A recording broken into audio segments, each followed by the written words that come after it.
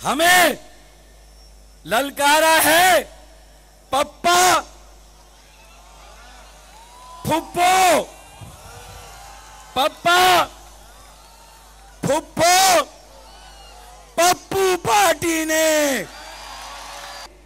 हम तो बिलावल भुट्टो जरदारी के जलसे के जवाब में अपने भाइयों और बुजुर्गों को तो जहमत देना ही नहीं चाहते थे। हमारी बहनें, बेटियां, हमारी माएं काफी थी इस पंडाल को भरने के लिए। ये पाकिस्तान बनाने वाले और उनकी औलादों का जलसा है कि 10 साल से हम बॉलिंग करा रहे थे, अब हमारी बैटिंग का भी वक्त आया है।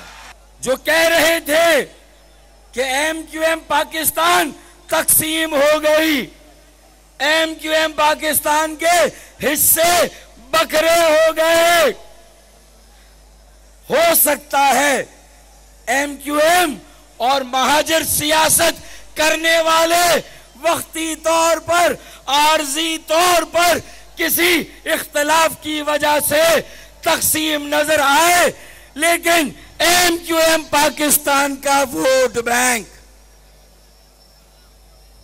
एमक्यूएम पाकिस्तान की सपोर्ट बेस, न कल उसमें कोई हिस्से थे, बखरे थे, न कोई तकसीम थी।